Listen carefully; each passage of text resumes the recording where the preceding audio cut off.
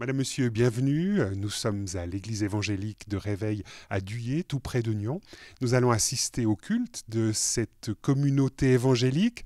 Nous entendrons le pasteur Jean-François Bussy. Mais tout d'abord, place à la chorale qui nous emmène dans un chant particulièrement chaloupé.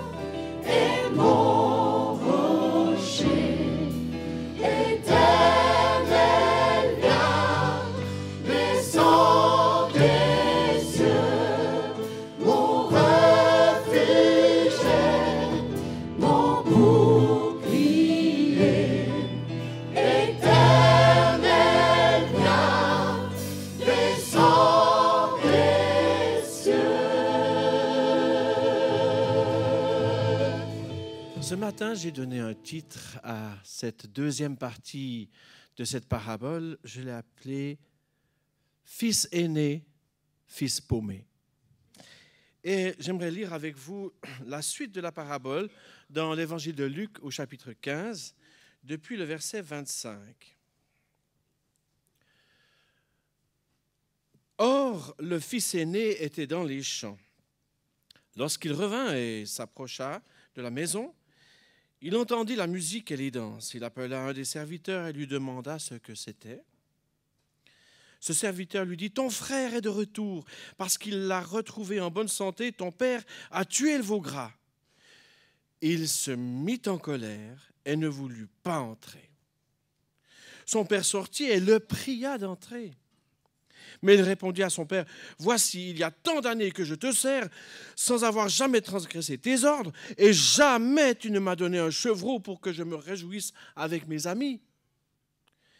Et quand ton fils est arrivé, celui qui a mangé ton bien avec des prostituées, c'est pour lui que tu as tué le veau gras. » « Mon enfant, lui dit le père, tu es toujours avec moi, et tout ce que j'ai est à toi. Mais il fallait bien s'égayer et se réjouir parce que ton frère, que voici, était mort et qu'il est revenu à la vie, parce qu'il était perdu, mais qu'il est retrouvé. » Nous avons l'habitude de voir dans ce texte la simple conclusion de la parabole dite du fils prodigue. Mais j'ai l'impression que celle-ci pourrait tout aussi bien s'intituler la parabole des deux fils. Tant il est vrai que nous avons là une histoire en deux tableaux. Le premier, on le connaît bien, c'est celui qui décrit ce fils rebelle, en mal de liberté, vilipendant l'héritage du père et aboutissant finalement dans la misère. Son retour repentant, c'est l'image de notre conversion. La fête qui suit, c'est bien la joie du salut que nous éprouvons lorsque nous venons ou revenons à Dieu. Et c'est assez facile à s'identifier à cette première partie de la parabole. C'est plus subtil et bien moins facile de s'identifier au fils aîné. Et par conséquent, de comprendre ce qu'il pourrait bien nous suggérer, celui-là. Car il nous inspire quelques sympathies, tout de même. Non? Même si nous pensons qu'il aurait quand même pu faire preuve d'un peu plus d'empathie envers son cadet, hein? Tout de même. C'est un travailleur. C'est un fils soumis. En plus, il est économe, mais c'est un Suisse. On aime ça chez nous. Travailleur, soumis, économe, ce sont des vertus. Et il correspond aux critères du fils bien élevé. Est-ce qu'il y aurait eu du relâchement dans l'éducation du plus jeune? On pourrait être tenté de le penser. Et au fond de nous, nous avons de la compréhension pour ce bon garçon. Aujourd'hui, on l'enverrait volontiers chez un psy. Et on pourrait diagnostiquer qu'il souffre du syndrome de l'aîné. Vous connaissez le syndrome de l'aîné? Il s'agit d'un comportement assez bien documenté. Et dans ce trait de caractère où la rigidité est la teinte générale, il faut le reconnaître, on constate que l'aîné est prédéterminé et qu'il devient un défenseur de l'ordre établi, un ennemi du changement, et l'aîné prend souvent le rôle de substitut des parents.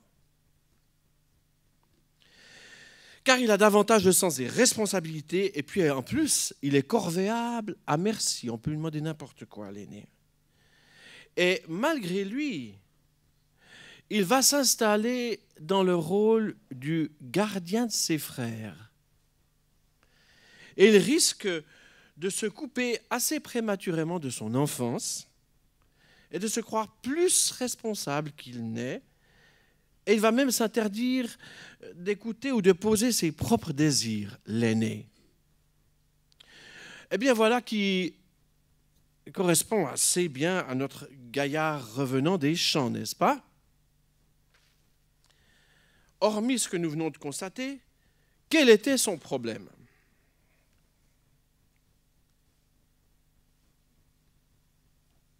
Jalousie? Colère? Un peu des deux, mais le vrai problème n'est pas là. Il n'a jamais eu à garder des cochons, mais il a servi son père comme un esclave. C'est du reste ce qu'il dit. Le mot, littéralement, signifie « j'étais ton esclave tout du long, pendant toute ma vie ».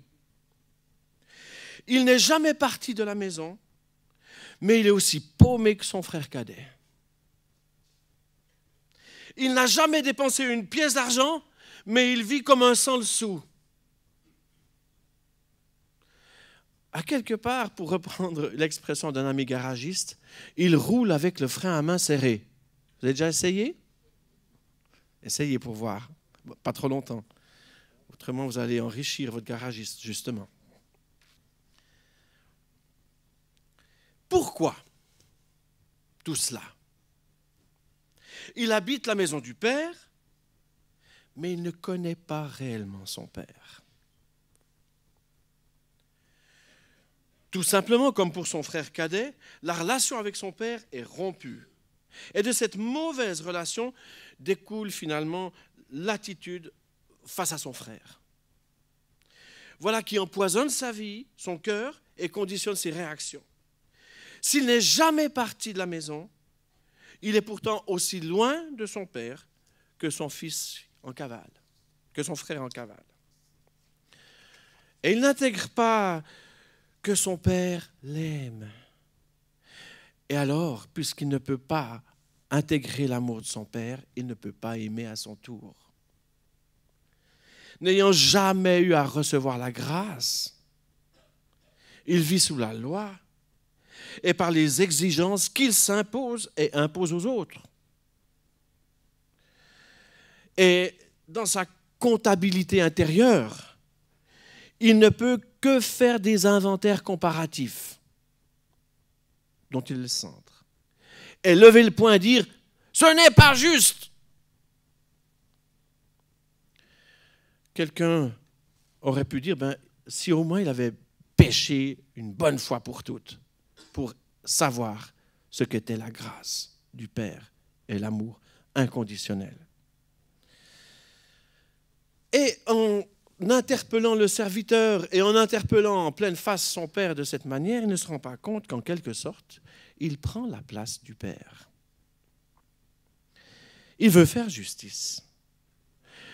Tout comme les pharisiens du temps de Jésus, vous savez, ces propres justes à qui Jésus adressait cette parabole et qui essayaient de s'imposer et d'être acceptés par Dieu au travers de leurs œuvres. Jésus leur parle de Dieu qui fait grâce aux plus grands des pécheurs. Reconnaissons-le, frères et sœurs, nous sommes souvent à l'image de ce Fils aîné. Nous pouvons nous glorifier de notre vie de chrétien, fiers de notre vie morale pure, de nos habitudes saines. Il se peut même que nous ayons à quelque part oublié ce que cela signifie d'être perdu, loin de Dieu.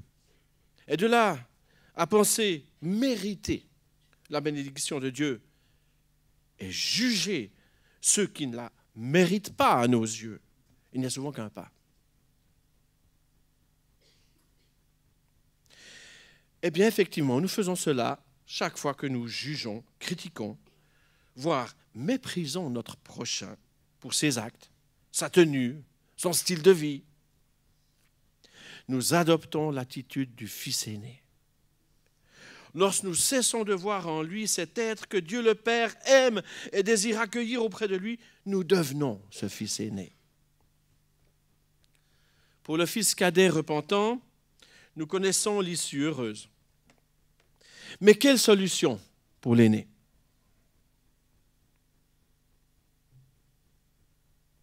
Eh bien, nous la découvrons dans l'attitude du Père. Et la parabole pourrait aussi s'intituler la parabole du Père. C'est le père qui fait le premier pas vers son fils. Pas de reproche, pas d'ordre donné. Il n'a pas dit, maintenant tu arrêtes ton cirque, tu rentres, tu te calmes. Juste un rappel de ce qui n'a jamais changé. Tu as toujours été avec moi. En d'autres termes, ce n'est pas ton travail que je chéris, c'est toi et ta présence à mes côtés. Tout ce que j'ai t'appartient. Autrement dit, en pensant et en agissant comme tu le fais, tu te prives des richesses que j'ai en réserve pour toi. Pourtant, le Père le pria d'entrer. Car comme nous l'avons constaté, l'aîné est dehors, en dehors de la grâce du Père, étranger à l'amour dont le cœur du Père est rempli. Car voyez-vous, la fête à laquelle il est convié, ce n'était pas la fête du fils perdu, mais la fête du Père qui avait retrouvé une famille unie. Et c'est à cette fête-là que l'aîné est convié. Alors, pour répondre à l'invitation du Père, il faudra prendre une décision. Celle d'abandonner ses revendications, son animosité envers son frère, et changer d'attitude. En d'autres termes, il est invité à se repentir et à se convertir, lui aussi, parce qu'il est aussi paumé que son cadet, nous l'avons dit. Et pour entrer dans la joie festive du Père, il faut se repentir. Qu'on soit perdu au loin ou qu'on soit perdu auprès. Et on peut aussi être perdu dans l'Église. C'est aussi possible. Comment l'histoire finit-elle? Avec le fils crachant par terre et retournant au champ cultiver ses pensées amères? Peut-être. Ou alors, répond-il à l'invitation et se laisse entraîner par son Père? Et Jésus ne finit pas l'histoire, et je pense que c'est fait exprès. Car c'est à chacun d'entre nous qu'il convient de conclure cette histoire. Et en terminant, en disant que la porte du Père est ouverte, j'ai envie de pointer à un autre fils, le fils bien-aimé du Père, qui lui a tout fait pour que la porte soit ouverte. Et qui nous invite à notre tour à entrer dans la joie et dans la paix du Père, dans la fête du salut. Que nous soyons fils prodigues qui vilipendent et qui se cassent la figure, ou que nous soyons monsieur bien pensant ou madame bien pensante, bien sous tout rapport, mais tellement loin de l'amour du Père. La porte est ouverte pour chacun d'entre nous. Qu'il nous soit donné la grâce d'entrer. Amen. L'immensité de ta grandeur me montre que je ne suis rien. Mais quand tu façonnais la terre, j'étais déjà près de ton cœur. Tu m'aimais avant que je sois, et pour moi tu as tout donné. Toi seul pouvais me libérer. C'est pourquoi je t'adore. Un membre de l'Église évangélique de Réveil à Douillet a accepté de nous dire en quoi la réalité de l'amour de Dieu l'avait particulièrement touché. Marguerite Sprunger. C'est quelque chose que je vis au quotidien parce que j'ai appris à connaître ce Dieu Père.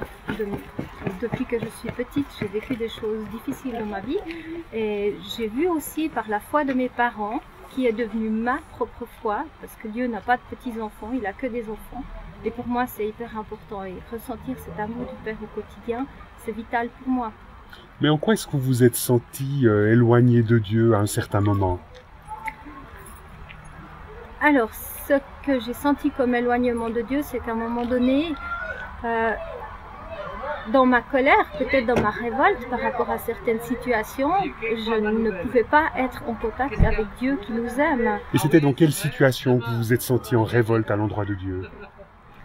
Alors, plusieurs situations, mais surtout la situation de la mort de ma mère, quand j'avais 15 ans et demi. Et voilà, pour moi, c'était un Dieu voleur, et certainement pas un Dieu père et aimant, jusqu'au jour où j'ai compris que Dieu était souverain, et puis que c'est pas nous qu'on pouvait lui dicter ses actes, mais qu'on pouvait être rejoint dans notre vie, dans nos circonstances, par son amour. De recevoir louange et gloire pour l'éternité. Toi seul est digne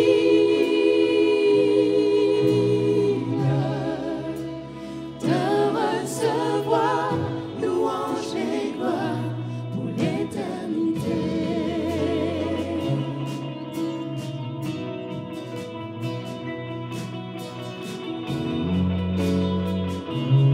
Est-ce qu'il s'est passé quelque chose de particulier pour que vous réalisiez que Dieu était véritablement un Père qui nous aime?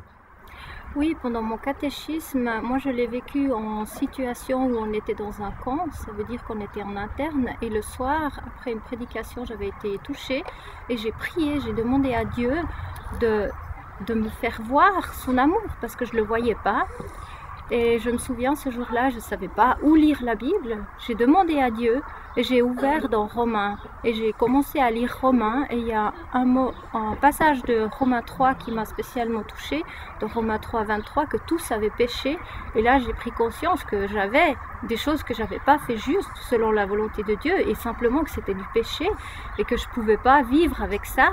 Et plus loin, j'ai lu heureux l'homme dont les péchés sont pardonnés, dont les fautes sont couvertes. Et je savais que Jésus était venu pour ça, et que pour moi, ça voulait dire être libre du péché, puisque je n'avais pas à le payer moi, quelqu'un l'avait payé pour moi. Donc là, vous avez repris conscience du fait que Dieu était vraiment un Père qui nous aime. À ce moment-là, j'ai vraiment senti que le passé était passé, et qu'il y a quelque chose de nouveau qui s'ouvrait pour moi, et que l'amour de Dieu allait m'accompagner toute ma vie. Parce qu'il y a d'autres paroles que je connaissais déjà d'avant, qui disaient qu'il resterait avec nous tous les jours de notre vie. Et ma vie, elle sera jusqu'à ma mort. Ça veut dire qu'il restera avec moi tout le temps. Toi seul est digne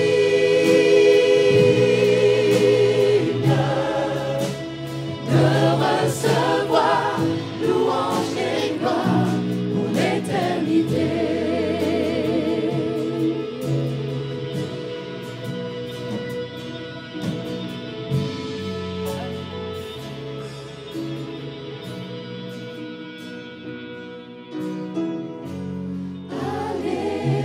Alléluia.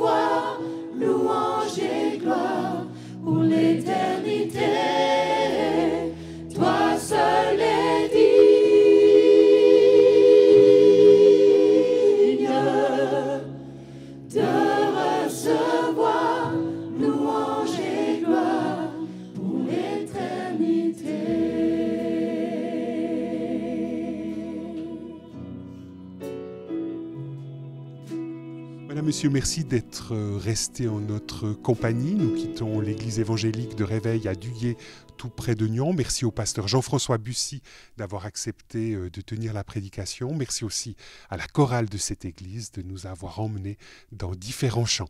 Nous espérons que cette émission vous aura intéressé. Au revoir et à bientôt.